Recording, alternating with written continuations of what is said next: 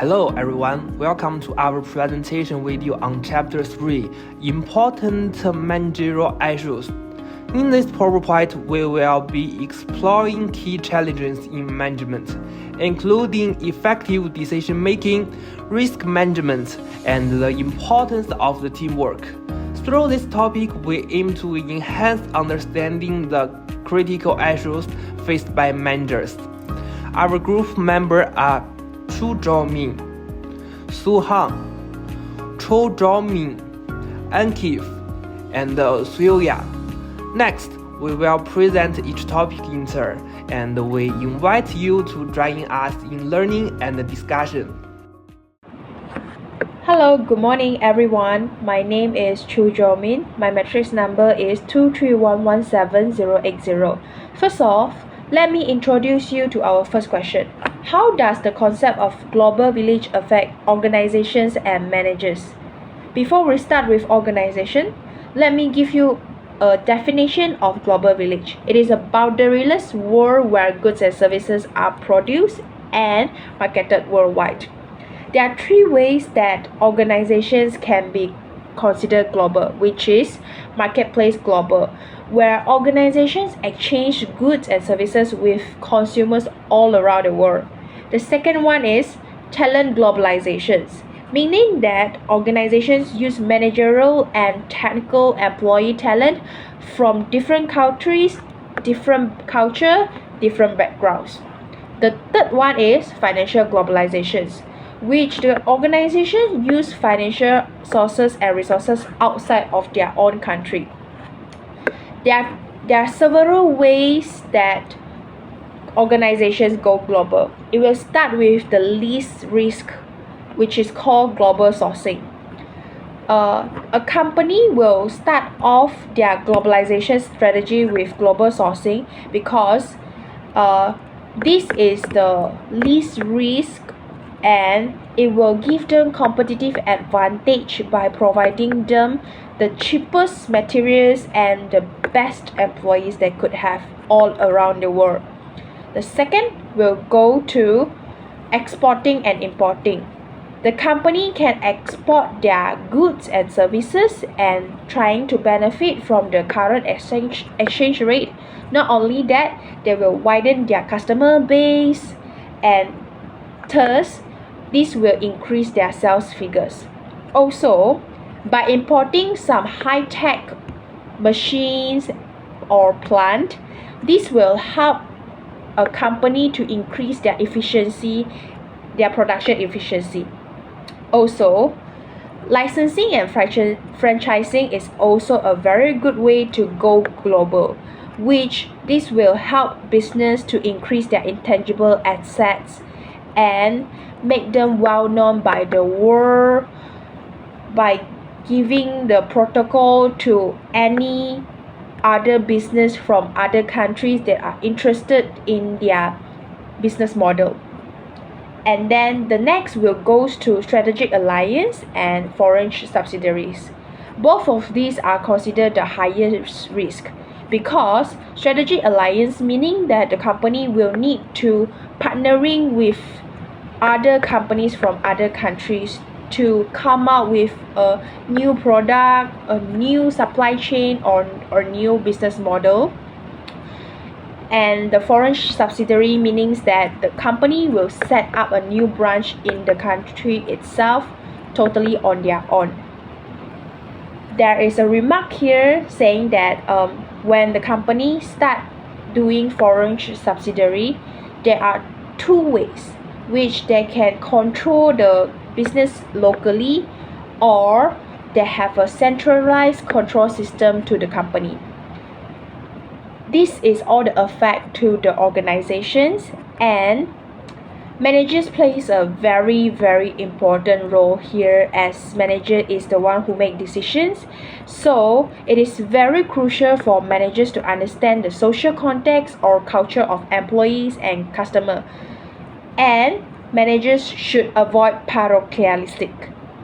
Let's move on to the next question. We will discuss how society expectation influencing managers and organizations. Nowadays, Society expects a business not just obeys the law, pursues their economic interests, but also they nowadays also view business as a moral agent. Before we dig into this topic, I would like to introduce you to social obligations and social responsiveness. As we can see from the word, obligation means the legal responsibilities that everyone has to fulfill. It is the minimum requirements for you not to conduct any illegal activities. The same goes to a business. So, social obligations means a business firm engaged in social actions because of its obligation to meet certain economic and legal responsibilities. It is a minimum for the organizations because some companies will only do it to the extent that they contribute to its economic goals. The society actually expect the business to go for further, which is social responsiveness, which the company actually responds to some popular social need. I will give you some example of social obligations and social responsiveness. Social obligation, we can take a public limited company as an example. Public limited company are required by the LHDN to make their annual report transparent for the public.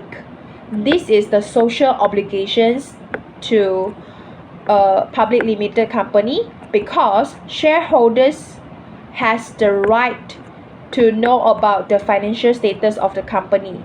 Otherwise, it will be a scam to the people who put their money or put their donation inside the company. However, social responsiveness is like a company setting up a milking room for their mommy employees who just gave birth to the baby, and they can milk their baby during their recess time. Also, sustainability is also a main focus for nowadays people because it is a very key factor for a company to maintain the sustainable operations of a company. It is also related to the concept in accounting which is called going concern. Society expectation also influencing managers. It influences managers in the ways that they make decisions. Nowadays, there are several views of ethics being promoted, namely utilitarian, rights, and justice views of ethics. Speaking of utilitarian views of ethics, the goal is to provide the greatest good for the greatest number. The right views of ethics is concerned about the individual's liberties and privilege. So, by conducting right views of ethics, the managers can avoid interfering with the rights of others who might be affected by the decisions. The last one, as we can see, is justice. So, it is asking the managers to be equitable, fair, and impartial in making decisions. So, for managers to encourage ethical behavior in a working environment, conducting code of ethics, ethical leaderships, and ethics training is very, very necessary. Ethics training has to be created according to the working environment so that it provides the employees an awareness of what to do and what not to do. At the same time, code of ethics has to be reviewed regularly. It has to be specific to guide organization members in what they are supposed to do and loose enough to allow for freedom of judgment. Ethical leadership also plays a very important role. What managers can do with the ethical leadership is they should give reward like pay increase or promotion to those labor or employees that give companies the best interest by conducting some ethical manners.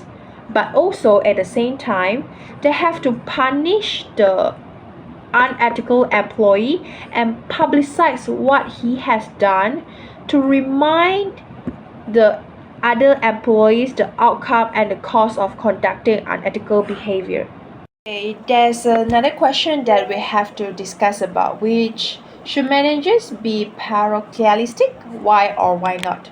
In my opinion, a manager shouldn't be parochialistic because being parochialistic is an attitude where any perspective that is out of one's connection is not accepted. So, if a manager is being parochialistic, he will be less adaptable to markets with different cultures. This could lead to a loss for a multinational business due to a biased judgment being made by managers. Also, the parochialistic personality of managers will also affect the leadership style to be autocratic. Employees will be demotivated if none of their suggestions being considered by their supervisor. If workers' talent are not being valued, this will result in high labor turnover. Hello everyone, my name is Su Hang. My student ID is 22094315. In my part of this page is the managerial implications of Health states and global research on culture environment. This study can help us to understanding critical issues in cross-culture management. I will go over the key takeaways from management.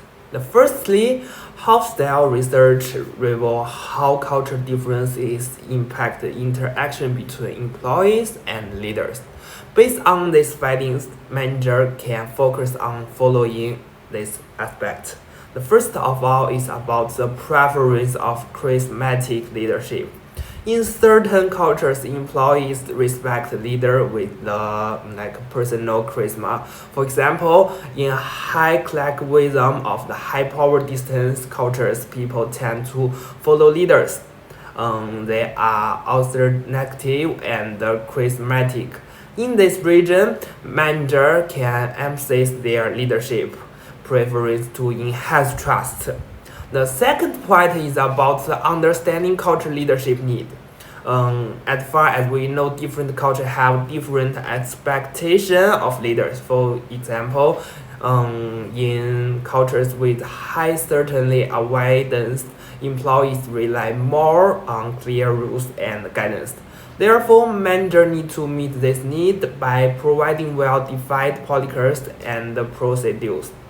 Culture guidance for manager in cross-cultural environment, manager must adapt to local customer avoid misunderstanding. For example, in Malaysia, the left hand is considered unclean, so manager should to avoid using in its interaction to show respect. Such culture adaptation help manager better manage team in diverse settings, minimizing potential misunderstanding. Overall, understanding these cultural differences can help managers avoid public relation issues and improve team efficiency and increase job satisfaction in diverse cultural environment. Alright, in this part we will discuss the cultural differences within the global study and how they impact manager use the work group. In collective cultures, teamwork is valued more. For example, in Japan, collective decision making is seen as an effective approach. So the manager are more likely to encourage the team to discuss and decision making to harness diverse ideas.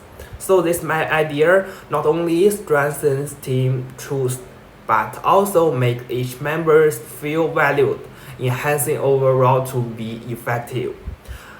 Conversely, in individualistic cultures, managers focus more on personal achievement and independence. For example, in the United States, individual performance approved systems are common, and individual efforts and accomplishments are highly valued.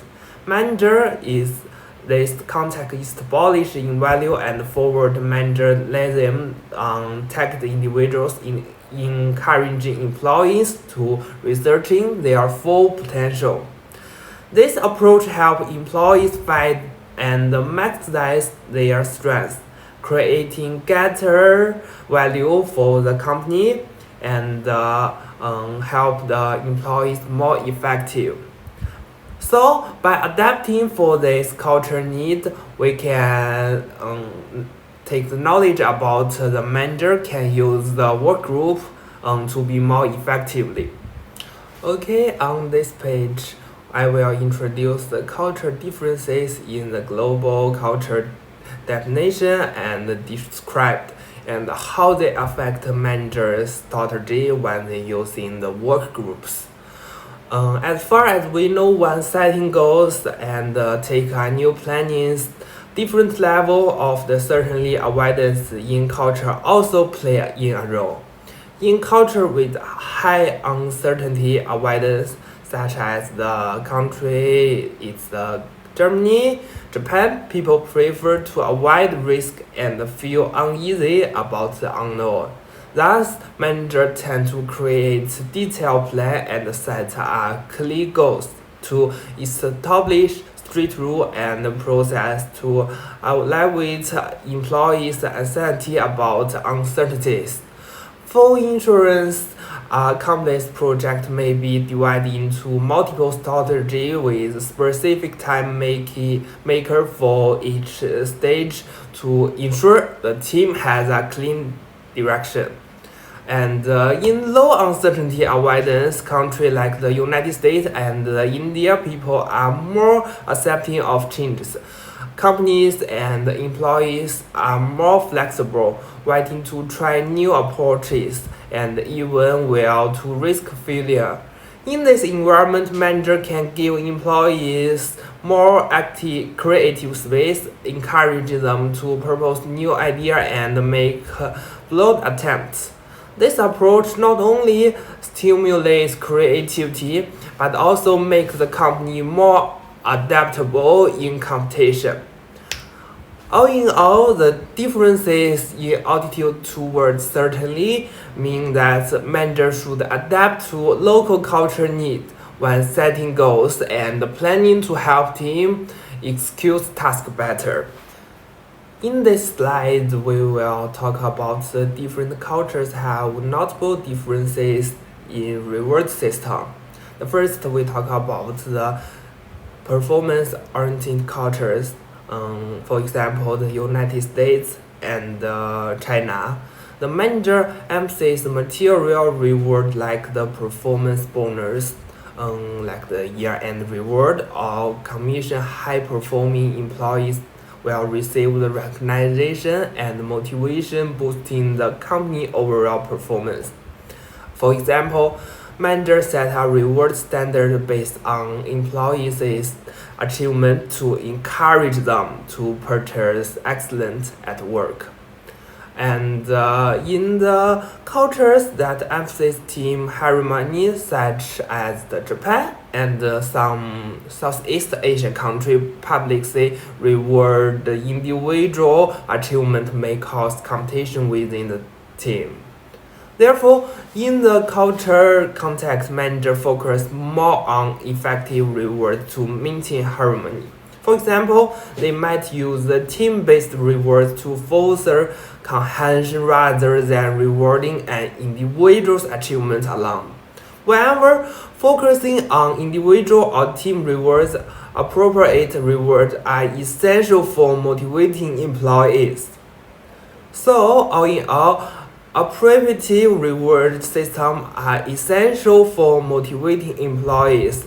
Managers should flexibility adapt their reward practice according to the local culture to maximize the effectiveness of the motivation.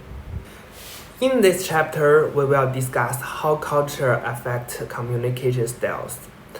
As far as we know, different cultures lead to varied communication approaches, which can impact cross-cultural interactions. In high-contact culture, such as China and Japan, communication relies heavily on contact and non-verbal cues. In these cultures, people tend to use hint and implicit expressions, expecting the listener to read between the lines. Managers in this environment should pay attention to suitable and detail implied meaning to avoid misunderstanding. In low-contact cultures such as the United States and Germany, people prefer direct and explicit communication. Messages are typically conveyed sincerely, so managers in these cultures should ensure clear and straightforward communication to avoid accurate conveying information.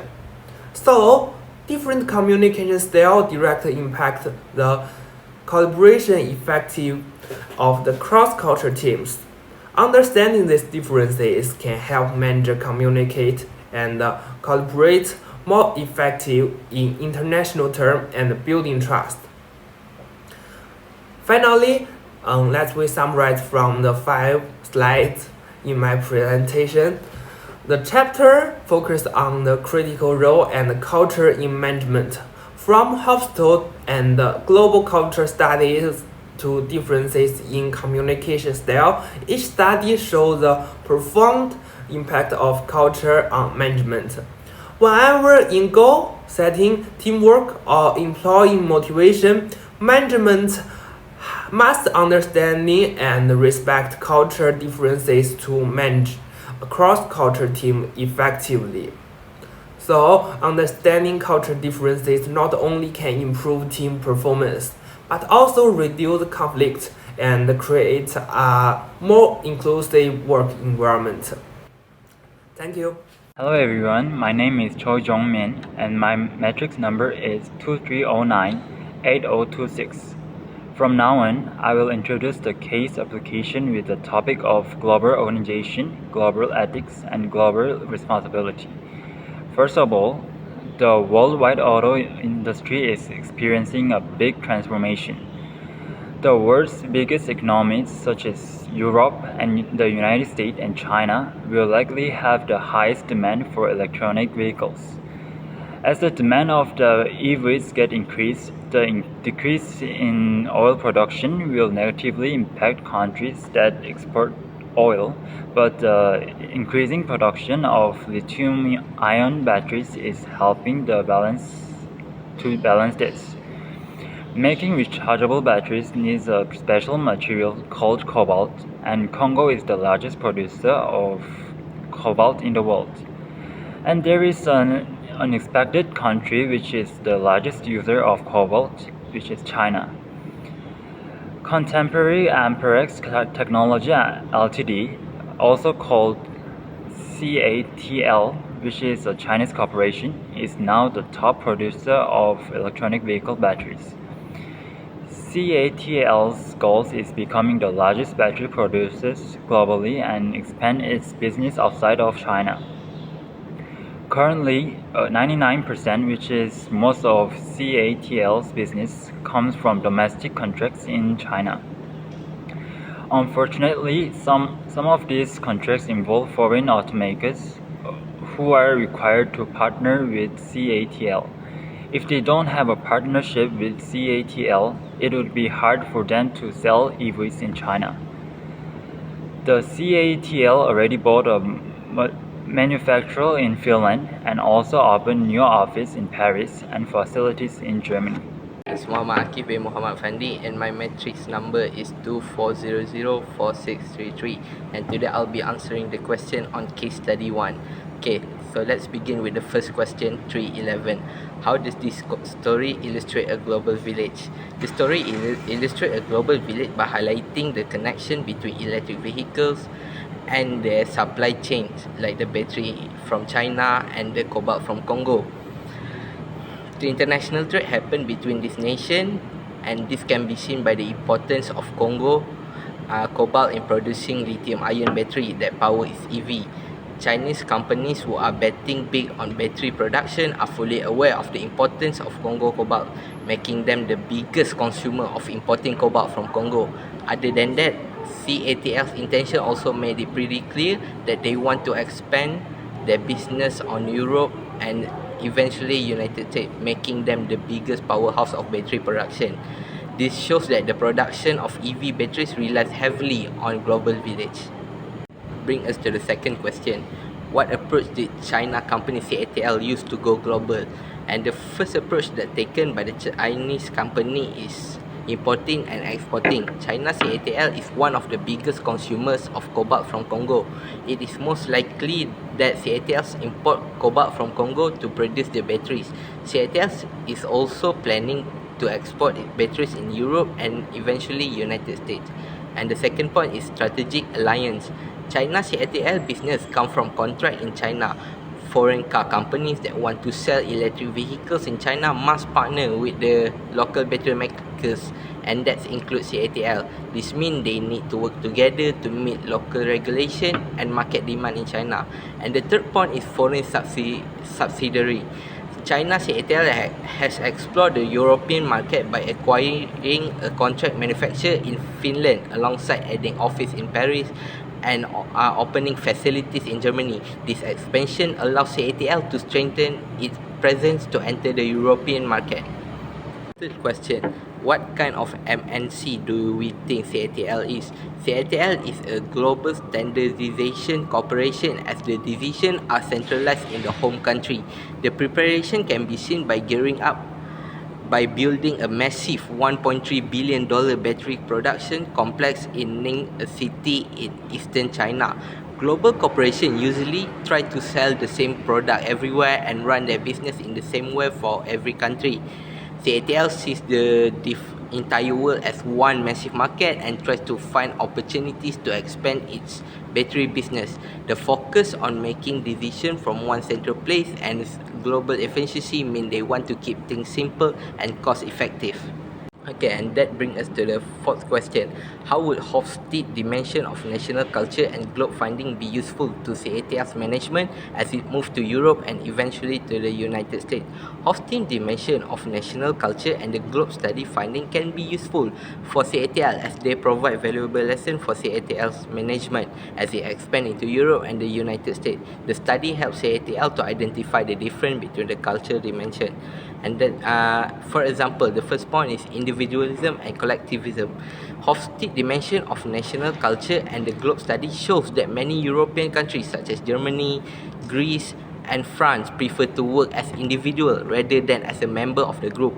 The study of individualism can help CATL create work environment that allow employees in Europe to work independently, making them feel valued and empowered. This led to a better connection between the employees in Europe and CATL. Second point is assertiveness. Hofstede dimension of national culture and the globe study refer assertiveness to as a degree to which a society encourage individuals to be assertive, tough, and competitive in their management.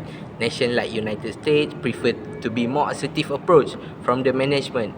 CATL leader in assertive culture may adapt a more aggressive style in United States than the nation who prefer a less assertive culture. The understanding could lead to a better teamwork and much better performance for the company CATL. As part of the final question, does this response by this company falls under the classical view of social responsibility or the socio-economic view of social responsibility? The response by these companies falls under the socio-economic view of social responsibility due to the reluctance to do business with cobalt suppliers who buy from this crusher. It shows that the company's management responsibility goes beyond making profit to include protecting and improving society welfare. The companies want to make sure that the people who work for them are in good working condition, that they don't want to work with suppliers who use child labor or have unsafe working conditions. By doing this, they show that they care about the labor instead of only prioritizing the company profits.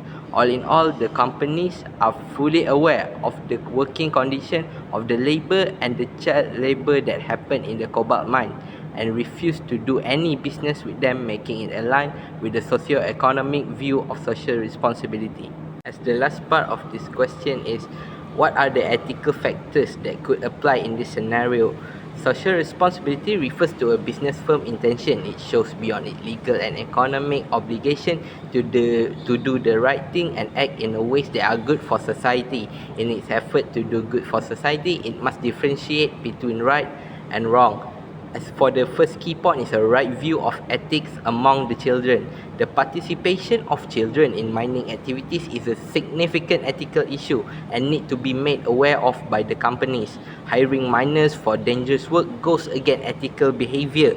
Companies have a duty to safeguard children from being exploited and to ensure that they have access to education and a safe environment instead of having them take part in the dangerous environment of working in mines. And that brings us to the second point, health and safety of the workers.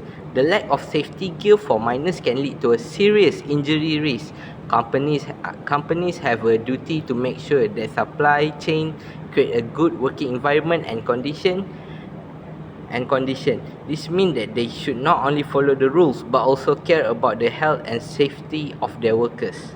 Now on, I will introduce the second case application, and this case application is related to the usage of pets and the effects of using pets with the title of Protect the Bees. For the first point, pets are harmful to the global food supply and may lead to financial misfortunes at the national level. As pets are able to move and during exchanging, disease can be spread worldwide. Bayer is a multinational corporation based in Germany that specializes in pesticide items. Their insecticides are created to be secure and effective to no danger to people and environment, given they are utilized responsibly and correctly. Their products meet environmental safety standard and EU regulations over thorough testing and comes about are publicized. Pesticides Action Network UK has debunked the side impacts of numerous pesticides that will contaminate the environment, such as contaminating water, soil, plants, and living beings. Bees plays an imperative part in the ecosystem as a pollinator. Bayer claims that the cost of prohibiting the pesticide outweigh the benefits as they has no substitutes to fight against pests at the moment. The neonicotinoid is also safe when it is utilized in accordance with the information on the label.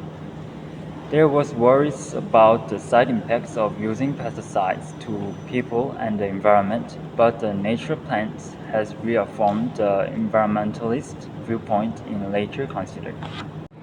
Good morning, everyone. My name is Suyogiraz Paul. My metric number is 240-62390. And today we'll be discussing the case study about Bayer's pesticides and their impact on bee populations, focusing on 5 key questions that help us understand the environmental and business implications. The first question, question 316, is about the European Union's ban on Bayer's product, which represents a pivotal moment in global pesticide regulation. This decision extends far beyond Europe's borders, creating significant ripple effects throughout international markets. When a regulatory body as influential as the EU takes such a definitive action, it naturally affects Bayer's worldwide reputation and operations. Farmers and agriculture businesses in other countries are now reassessing their use of these products, even in regions where the product still remains legal. This cautious approach isn't just about compliance. It reflects a growing global awareness about environmental impacts. The ban's influence on Bayer's business model is particularly noteworthy because it challenges their long-standing practices of standardized global operations. We're seeing decreased sales even in areas where the product still remains legal, demonstrating how regulatory decisions in one region can trigger worldwide market responses. This situation also highlights the interconnected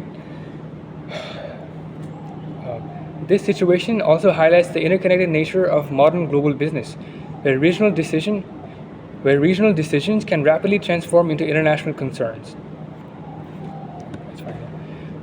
The impact extends to Bayer's relationships with their stakeholders, from farmers to investors, who are now questioning the long-term visibility and viability of these products.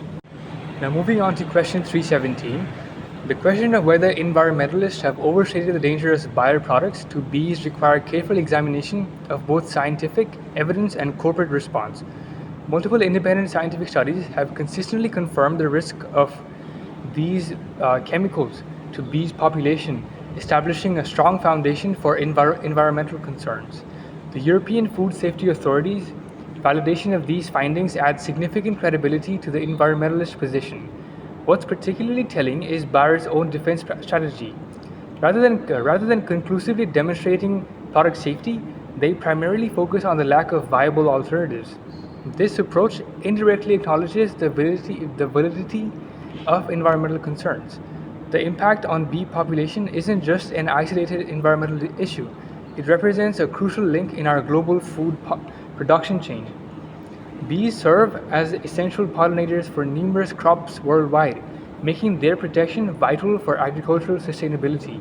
The scientific community's consensus on this matter is particularly compelling, as it brings together evidence from multiple sources and research methodologies. When we consider that Bayer only claims safety when when products are used exactly as directed, it raises questions about real-world application scenarios and the practicality of such strict usage requirements. The mounting evidence from field studies, laboratory research, and ecological monitoring creates a compelling case that environmentalist concerns are well-founded rather than overstated. Now moving on to the next question, question 318, which evaluates Bayer's social responsibility. The company's action demonstrate limited social responsibility. Despite claims of environmental safety and transparency, their resistance to the EU ban and focus on economic consequences rather than environmental impact shows a prioritization of profits over social responsibility. Their argument about lacking alternatives appear more defensive rather than solution-oriented. Now, the second last question, question 319, considers whether the EU ban is truly a bad deal. The evidence suggests it actually isn't. While Bayer focuses on immediate agricultural challenges, they tend to overlook the long-term environmental benefits. Scientific study indicates that reducing pesticides use won't significantly impact farm output, and protecting the bee population is crucial for Europe's agricultural future. Now moving on to the final question, question 320, which reveals important lessons about social responsibility. We learned that companies must balance economic interest with environmental impact, take scientific evidence seriously, and adapt their practices when products are proven to be harmful. The case shows that regulatory decisions can force corporate responsibilities, and actions speak louder than safety claims in demonstrating true social responsibility. This case ultimately demonstrates the complex balance between business interests and environmental protection, highlighting how scientific evidence and regulatory actions can drive corporate behavior toward more sustainable practices. Thank you.